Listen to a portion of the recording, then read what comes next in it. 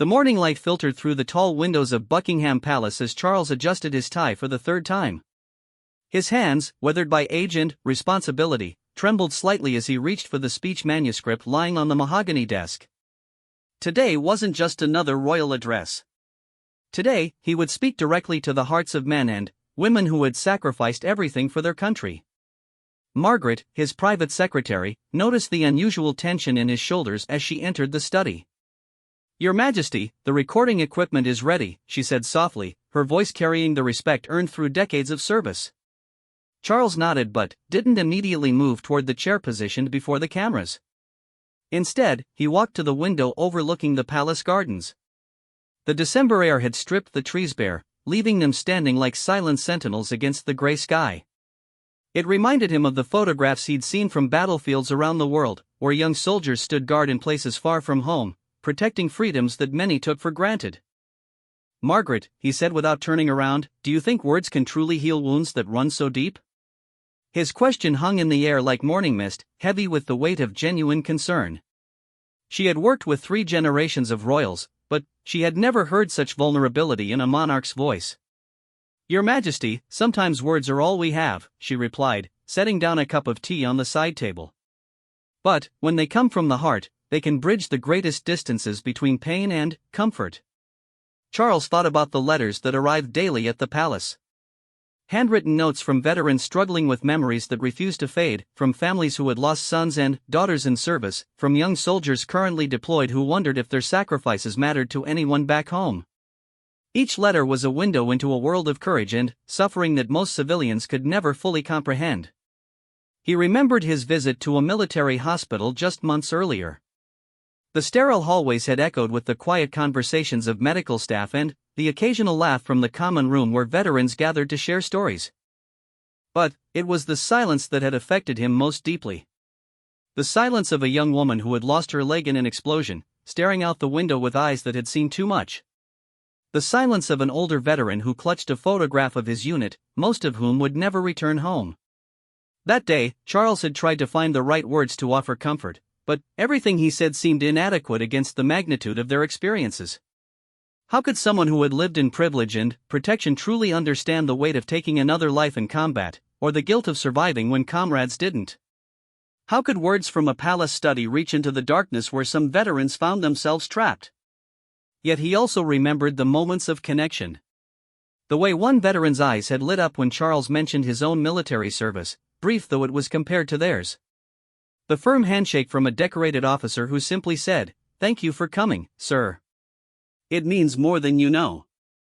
These small exchanges had revealed something profound: the human need to be acknowledged, to be seen, to know that sacrifice hasn't been forgotten.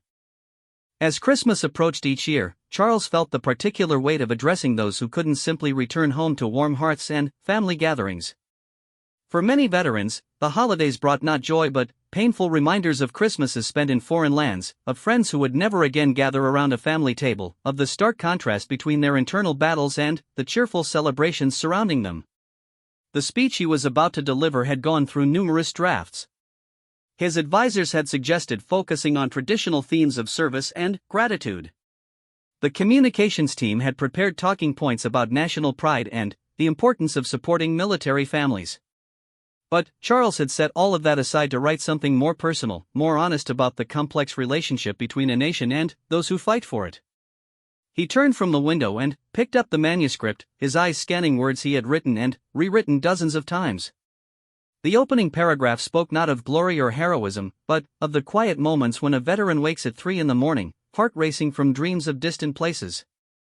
It acknowledged that coming home from war doesn't always feel like coming home at all, that the person who left and the person who returned might feel like strangers to each other.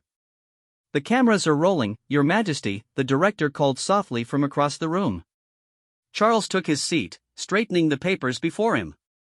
But, before he began reading, he closed his eyes for a moment and thought about each face he had encountered in hospitals, at memorial services, in veterans' centers across the kingdom. He thought about the parents who had raised their children to serve others, only to receive folded flags instead of graduation photos. He thought about the spouses who had learned to love someone who returned fundamentally changed by experiences they couldn't share. When he opened his eyes and looked directly into the camera lens, Charles saw not the millions of citizens who would eventually watch this broadcast, but the individual veterans who would hear these words in quiet moments when they needed them most. Some would be sitting alone in small flats, others surrounded by family who tried to understand but couldn't quite bridge the gap left by war. Some would be in hospitals, recovering from wounds both visible and hidden. Others would be thriving in their civilian lives but carrying invisible burdens that surfaced during quiet moments like Christmas morning. The red recording light blinked steadily, waiting for him to begin. Charles took a deep breath and started to speak, his voice carrying not the formal authority of monarchy, but the warmth of someone who genuinely cared about the people he was addressing. Each word was carefully chosen not just for its meaning, but for its ability to reach across the space between palace and private struggle, between civilian safety and military sacrifice. As he spoke about the true meaning of service, about the courage required not just in moments of combat but in the daily choice to continue living after witnessing the worst humanity could offer, Charles felt the weight of his responsibility settling onto his shoulders. These weren't just words being recorded for posterity, they were a lifeline being extended to people who had given their country everything and now needed to know they weren't forgotten. The morning sun climbed higher outside the windows, casting longer shadows across the room where a king struggled to find adequate language for gratitude that could never be fully expressed. In that moment, Charles understood that the power of his position lay not in commanding armies or making laws, but in the simple act of acknowledging truth, that freedom comes at a cost paid by the few for the benefit of the many, and that cost deserves recognition that goes far deeper than annual ceremonies or political rhetoric. His words flowed more easily now, each sentence building upon the last to create not just a speech, but a bridge between two worlds that often seemed impossibly far apart. The world of those who had served and the world of those they had served to protect. Through the camera lens, he was speaking directly into the hearts of people who needed to hear that their sacrifices mattered, that their struggles were understood, and that they would never be abandoned by the nation they had served so faithfully. The weight of words, Charles realized, lay not in their eloquence but in their sincerity. And, as he continued speaking to veterans across the kingdom, he felt the profound responsibility of ensuring that his words would carry the healing power that Margaret had spoken about, bridging the distance between pain and comfort through the simple act of being truly seen and genuinely valued. 300 miles north of London, Sarah Williams sat in her small cottage kitchen, staring at the radio that had been her grandmother's. The morning news had just announced that the King's Christmas message would focus specifically on veterans this year, and something about that announcement made her chest tighten with a mixture of anticipation and dread. Sarah had returned from Afghanistan 18 months ago, but parts of her mind were still there, navigating dusty roads where any pile of debris might hide an explosive device that could end everything in an instant. The transition back to civilian life had been nothing like the homecoming ceremonies suggested it would be. There were no parades in her village, no crowds cheering her return. Instead, there was the quiet struggle of relearning how to sleep through the night, how to walk through crowds without calculating exit routes, how to explain to her elderly mother why sudden loud noises made her daughter freeze mid-sentence. The cottage she now called home had belonged to her grandparents, filled with furniture that remembered a different era when wars had clear endings and soldiers returned to heroes' welcomes. But Sarah's war had no such clarity. She had served in a conflict where enemies wore no uniforms, where victories were measured in schools built rather than territories conquered, where the greatest battles were often fought not against foreign forces but against the growing sense that the people back home had moved on while she remained trapped in memories of distant places. Her phone buzzed with a text from her former unit commander. "Did you hear about the King's speech today? Might be worth listening to." Sarah smiled slightly at the message. Colonel Richardson had made it his personal mission to check on his former soldiers, understanding better than most that the real war for many veterans began when they returned home. He had been the one to encourage her to apply for the cottage, to pursue the art therapy that had become her anchor, to believe that there was life beyond the hypervigilance that had kept her alive in combat but now exhausted her in peacetime. As she waited for the broadcast to begin, Sarah found herself thinking about Christmas 3 years ago. She had been stationed at a forward operating base where Christmas dinner consisted of packaged meals eaten while scanning the horizon for threats. But what she remembered most wasn't the discomfort or the danger, it was the moment when her unit had received a package from a primary school in Manchester. Inside were dozens of handmade Christmas cards from 7-year-olds who had written messages like "Thank you for keeping us safe" and "I hope you get to come home soon." That night, sitting in her armored vehicle during a security patrol, Sarah had read those cards by flashlight and felt something she hadn't expected, a connection to the life she was protecting. It wasn't abstract anymore. It wasn't about politics or strategy or international relations. It was about children who took the time to color pictures of Christmas trees and write careful messages to strangers who were far from home. Now, in the safety of her own kitchen, Sarah found it harder to feel that connection. The children who had written those cards were probably playing with Christmas presents, completely unaware that some of the people they had thanked were struggling to find their place in the world they had fought to protect. The gap between civilian life and military experience seemed wider now than it had when she was actually deployed. The radio crackled slightly as the broadcast began, and Sarah heard the familiar cadence of royal address. But something in the king's tone was different from what she expected. There was no formal distance, no ceremonial flourish. Instead, Charles spoke as though he were sitting across from her in this very kitchen, acknowledging realities that politicians and journalists often glossed over or ignored entirely. When he mentioned the 3 a.m. wake-ups from dreams of distant places, Sarah felt her breath catch. How could someone who had never experienced combat understand the specific torture of being pulled from sleep by memories that felt more real than the safety of her bedroom? When he spoke about feeling like a stranger to yourself after returning home, she had to set down her teacup because her hands were shaking. For months, Sarah had felt isolated by experiences she couldn't adequately explain to anyone who hadn't shared them. Her mother tried to understand, offering gentle suggestions about putting the past behind you and focusing on the future. Her old friends from university attempted to reconnect, but their conversations about career advancement and relationship drama felt like they were speaking different languages. Even other veterans sometimes struggled to bridge the gaps between different types of service, different deployments, different ways of processing the transition from war to peace. But listening to Charles speak about the complexity of homecoming, about the courage required not just in combat but in the daily choice to keep living after witnessing humanity's capacity for both heroism and horror, Sarah felt something she hadn't experienced in months, the relief of being understood. Not completely, perhaps, but enough to matter. The king's words painted a picture of veterans that included but transcended the traditional narratives of either heroic triumph or tragic victimhood. He spoke about the woman who had learned to defuse bombs and now couldn't decide what to order at a restaurant because the abundance of choice felt overwhelming after years of life or death decisions. He acknowledged the man who had led soldiers through dangerous missions and now struggled with the authority structure of civilian employment where his expertise in keeping people alive seemed irrelevant. Sarah thought about her own attempts to explain her military experience to potential employers. How do you put ability to remain calm under mortar fire on a resume? How do you translate successfully completed over 50 convoy missions in hostile territory into language that makes sense for an office job?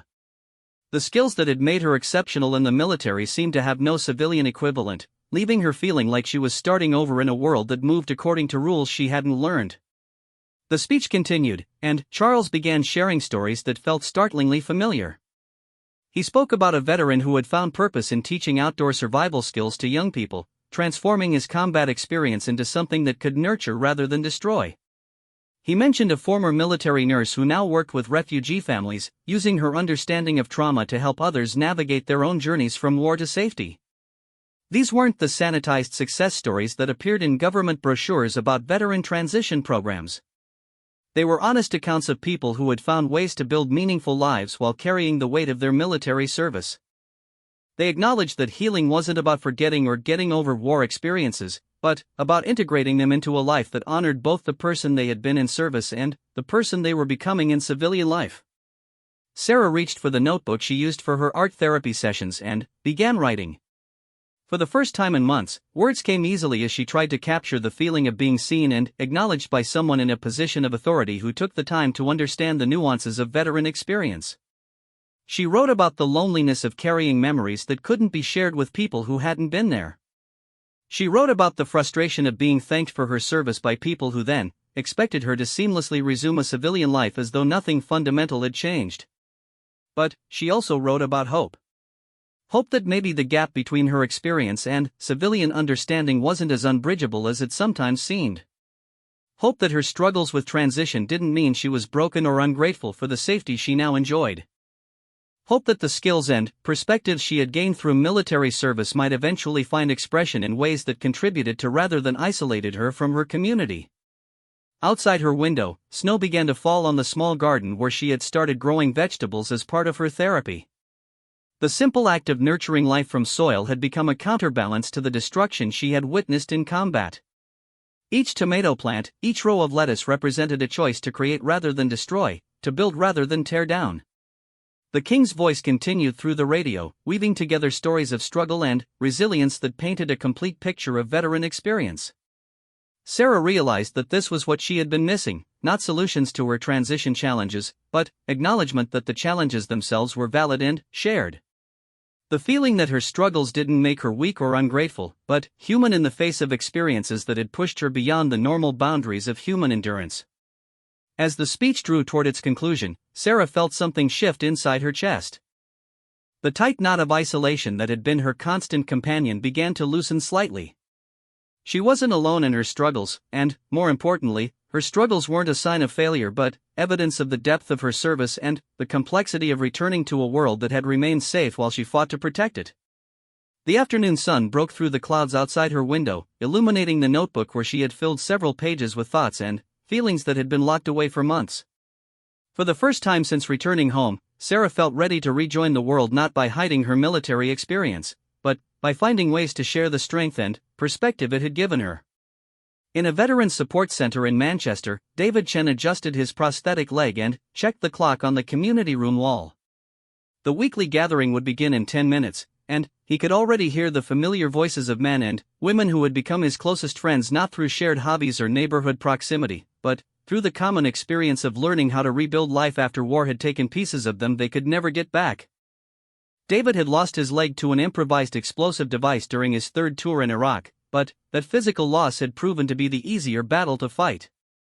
The prosthetic had given him mobility again, physical therapy had restored his strength, and adaptive equipment had allowed him to drive and work and maintain independence.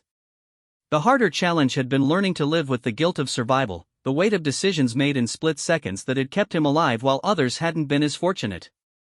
Today's group session had originally been scheduled as their usual discussion format, but when news of the King's Christmas address reached the center, the coordinator had suggested they listen together. David appreciated the change.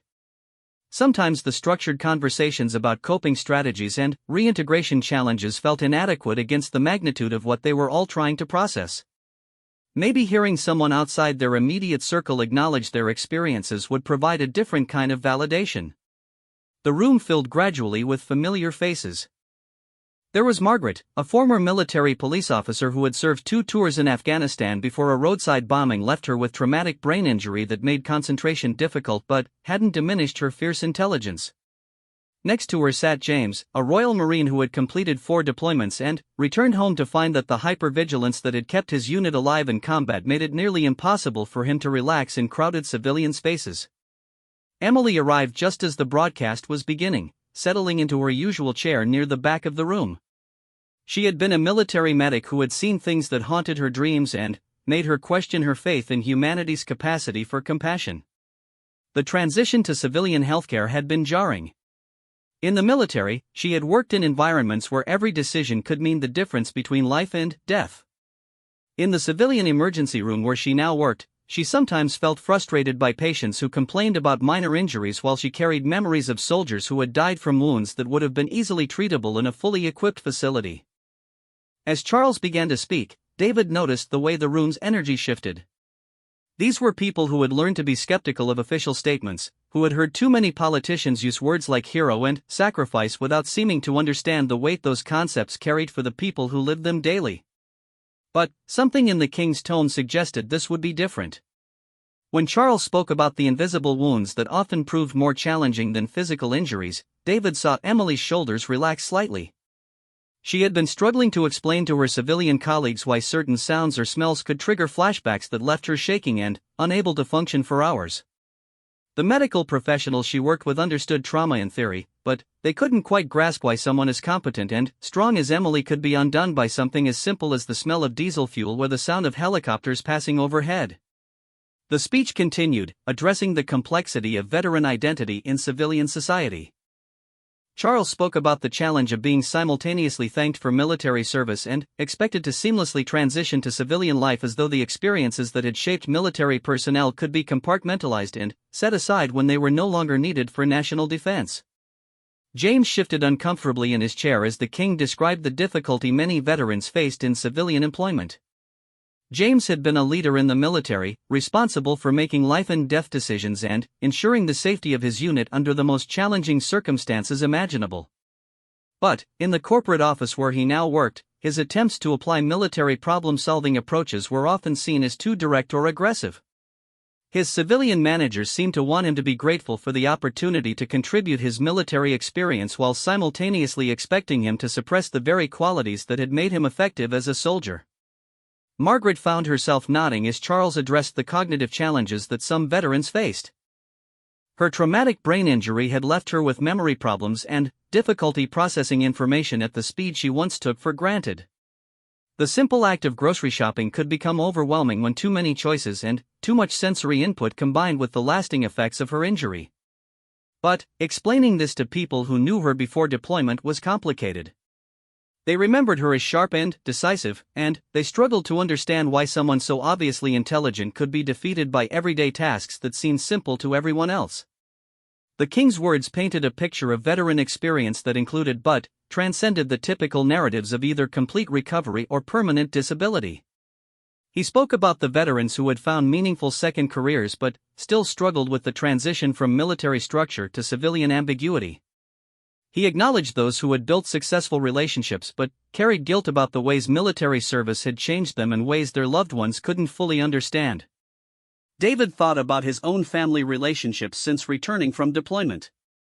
His parents had been overwhelmingly supportive, but their relief at having him safely home seemed to include an expectation that he would simply resume the life he had been living before military service.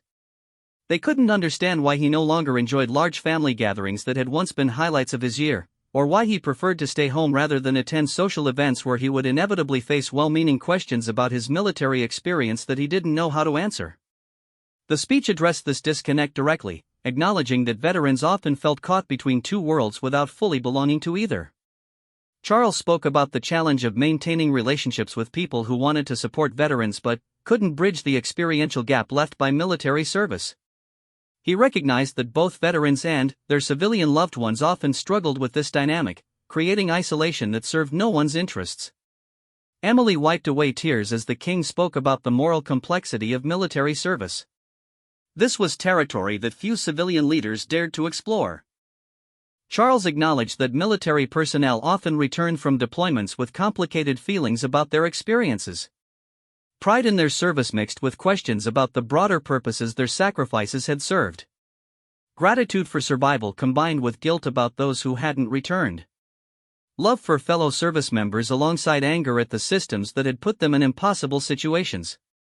These were the conversations that happened in support groups like this one, but rarely in public forums. The nuanced reality of military service didn't fit neatly into political talking points or ceremonial speeches. It required acknowledging that people could simultaneously be proud of their service and critical of the decisions that had led to deployment. They could love their country while questioning the wisdom of specific military actions. They could support their fellow veterans while struggling with their own transition challenges. As the speech continued, Charles began sharing stories of veterans who had found ways to transform their military experience into civilian contributions. But these weren't the simplified success stories that appeared in recruitment materials or veteran support program brochures.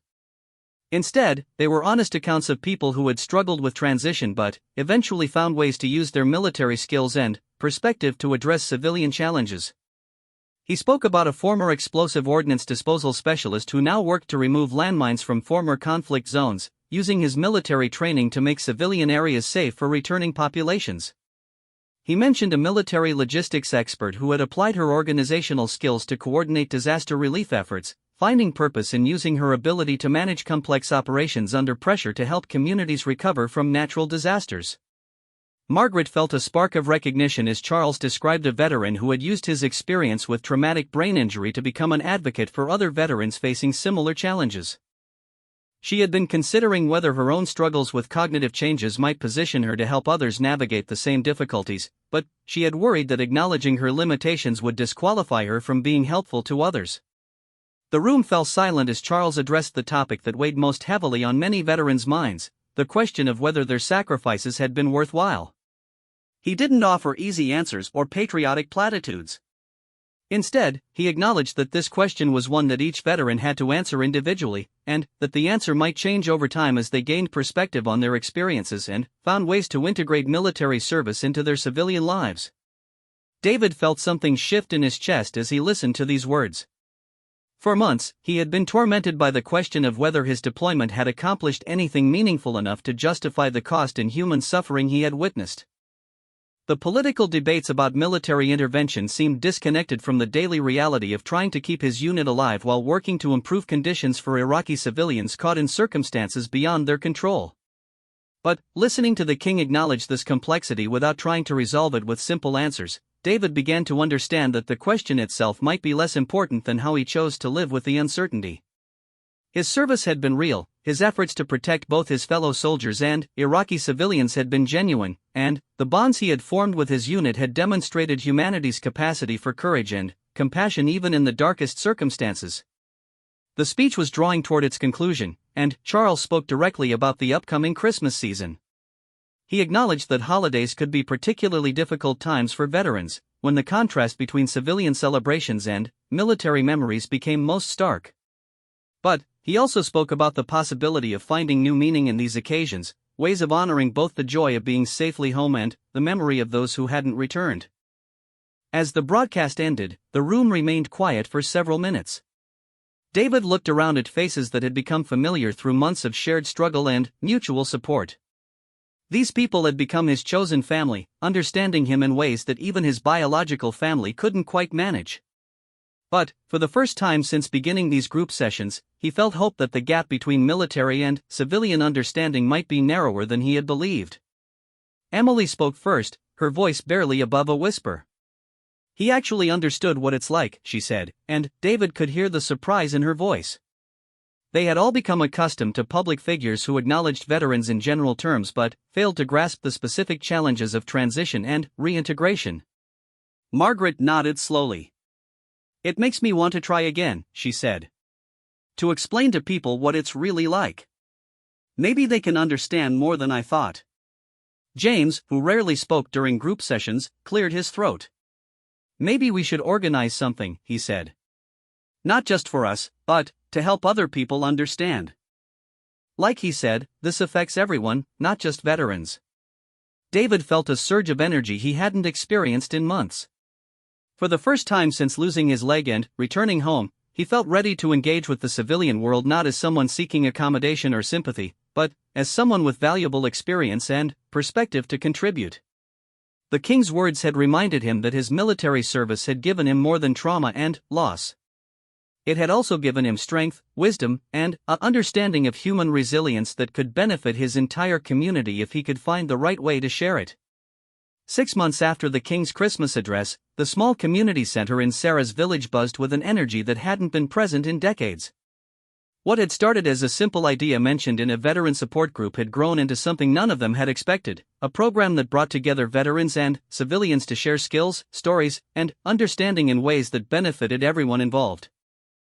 Sarah stood at the front of a classroom where 15 teenagers sat listening intently as David demonstrated first aid techniques that could save lives in everyday emergency situations. His prosthetic leg was clearly visible below his rolled-up pants, but the students seemed more interested in his calm competence as he showed them how to properly apply pressure to control bleeding and how to recognize signs of shock. The most important thing, David was saying, is not to panic. In any emergency situation, the person who stays calm and thinks clearly is the person who can make the difference between life and death. He looked around the room at faces that reminded him of his own children, young people who had never experienced war but who could still benefit from the skills and perspective his military service had given him. In the next room, Emily was teaching a group of local healthcare workers about trauma-informed care. Her experience as a military medic had given her insights into how people responded to crisis situations that proved invaluable for civilian emergency responders. But, more than her technical knowledge, her personal experience with post-traumatic stress had given her a deep understanding of how to approach people who were dealing with overwhelming circumstances. When someone is in crisis, she explained to the nurses and paramedics gathered around her, sometimes the most important thing you can do is help them feel safe enough to trust you. That might mean changing your tone of voice, giving them more physical space, or simply acknowledging that what they're experiencing is real and valid. Margaret had found her calling in working with young people who were struggling with learning differences and cognitive challenges. Her own experience with traumatic brain injury had taught her strategies for managing memory problems and processing difficulties that proved helpful for students who felt frustrated by traditional educational approaches. "Your brain works differently," she told a group of teenagers who had been labeled as having learning disabilities. "That doesn't mean it works worse than other people's brains. It just means you need to find the approaches that work for you instead of trying to force yourself into methods that were designed for different types of minds." The program had grown organically from conversations that began in the Veteran Support Center after listening to Charles's speech together.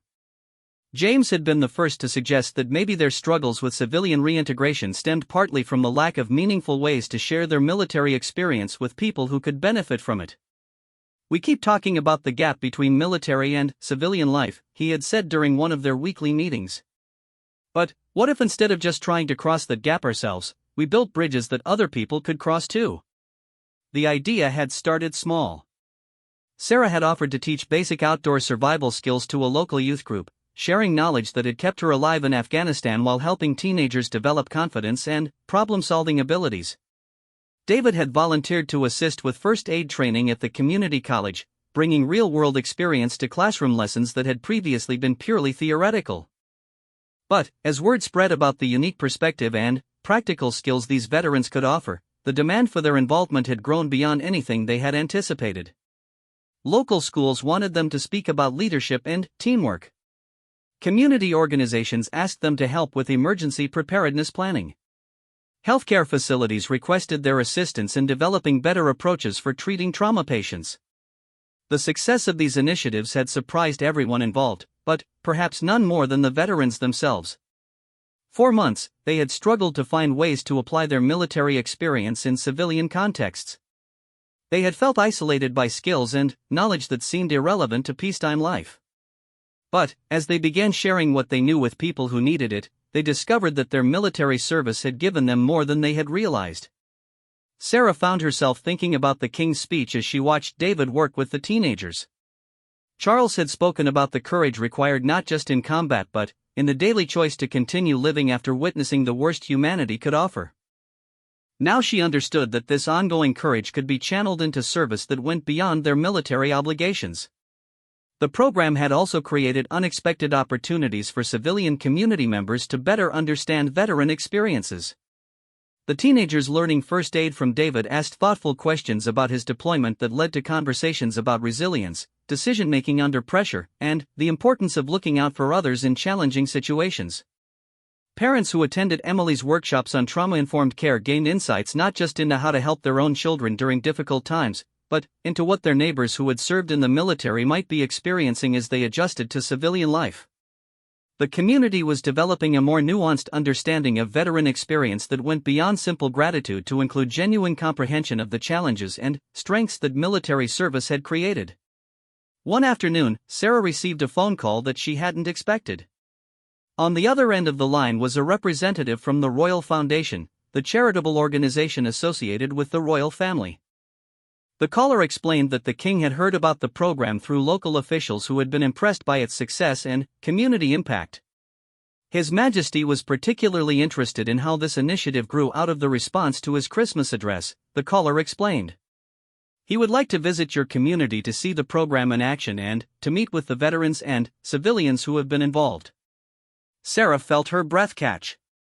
The idea that the king's words had not only reached them but inspired something that had caught his attention seemed almost impossible to believe. But, as she looked around the community center where veterans and civilians worked together on projects that strengthened their entire village, she realized that impossible things had been happening here for months. The royal visit took place on a crisp morning in late spring. Charles arrived not with the formal ceremony that typically accompanied royal appearances, but with the genuine curiosity of someone who wanted to understand how his words had been translated into action. He spent time in each classroom, asking thoughtful questions about how the program had developed and what impact it was having on participants. When he spoke with David, the king listened carefully as the veteran explained how teaching first aid had given him a way to use his military experience to serve his community while helping him process his own memories of battlefield medicine. "It's healing," David said. "Not because I'm forgetting what happened in Iraq, but because I'm finding ways to honor that experience while building something positive here at home." Emily described how working with civilian healthcare providers had helped her realize that the skills she had developed as a military medic were not only relevant but essential for improving trauma care in civilian settings. "I spent months feeling like my military experience had no place in the civilian world," she told Charles. "Now I understand that the civilian world needs what veterans have learned. We just needed to find the right ways to share it." Margaret spoke about the teenagers she worked with, young people who had struggled with learning differences and had been made to feel inadequate by traditional educational approaches. "My brain injury taught me that there are many different ways to be intelligent," she explained. "These kids need to hear that from someone who has learned to work with cognitive challenges, not around them." But it was James who articulated something that had become clear to all of them as the program developed. "Your speech helped us understand that we weren't broken people who needed to be fixed," he told the king. "We were people with valuable experience who needed to find the right ways to contribute. Once we realized that, everything changed." Charles listened to these stories with the same attention he had brought to writing his Christmas address. He understood that what had happened in this small community represented something larger than a single successful program. It demonstrated the possibility of transforming the traditional relationship between military and civilian society from one of separation and mutual incomprehension to one of partnership and shared benefit. During his visit, the king met with civilian participants who described how working with veterans had changed their understanding not just of military service but of their own capacity for resilience and leadership. Teenagers spoke about how learning from people who had faced life and death situations had given them confidence to handle their own challenges. Healthcare workers described how military perspectives on trauma and emergency response had improved their ability to help patients during crisis situations. The program had created a model that was already being replicated in other communities across the country. Veterans who had heard about the initiative through military networks were reaching out to explore ways of developing similar programs in their own areas. Civilian organizations were requesting guidance on how to create meaningful opportunities for veteran involvement that went beyond symbolic gestures to include substantive collaboration. As the royal visit concluded, Charles spoke to the group of veterans and civilians who had gathered in the community center's main hall. His words echoed themes from his Christmas address, but they carried the additional weight of having witnessed those themes translated into real-world action. "What you have accomplished here demonstrates something profoundly important," he said. "You have shown that the gap between military and civilian experience need not be a permanent divide. Instead, it can become a bridge that allows knowledge and strength to flow in both directions, enriching both communities and creating something stronger than either could achieve alone." Sarah felt tears in her eyes as she listened to these words. 6 months earlier, she had been sitting in her cottage kitchen, isolated by experiences she couldn't share and skills she couldn't use. Now she was part of a community that had learned to value what veterans brought to civilian life while offering veterans new ways to find purpose and connection beyond their military service. As evening fell and the community center emptied, the core group of veterans who had started this journey together gathered one last time. They talked about how far they had traveled from that December day when they had listened to the king's speech together, feeling understood but uncertain about how to move forward. "We found our way home," Emily said quietly, and everyone understood what she meant. Home wasn't just about physical location or even emotional healing. It was about finding their place in the civilian world not by hiding their military experience but by sharing it in ways that strengthened their entire community. The program continued to grow, becoming a permanent part of community life that brought together people from different backgrounds around shared commitment to learning, growth, and mutual support. Veterans found new purpose in civilian service while civilians gained skills and perspective that made them more resilient and capable. But, perhaps most importantly, the initiative had demonstrated that the words spoken by leaders during times of reflection and ceremony could become seeds for real change when they reached people who were ready to transform understanding into action. The king's Christmas address had planted those seeds in hearts and minds prepared by struggle to appreciate the possibility of growth, and what had bloomed from that planting had enriched an entire community in ways that none of them had imagined possible. The bridges between military and civilian life had been built not through grand gestures or government programs, but through the daily choice of individuals to share their strength, wisdom, and experience with others who needed what they had learned. And, in the process of building those bridges, they had discovered that healing and purpose were not destinations to be reached but ongoing practices that grew stronger through connection and service to something larger than themselves.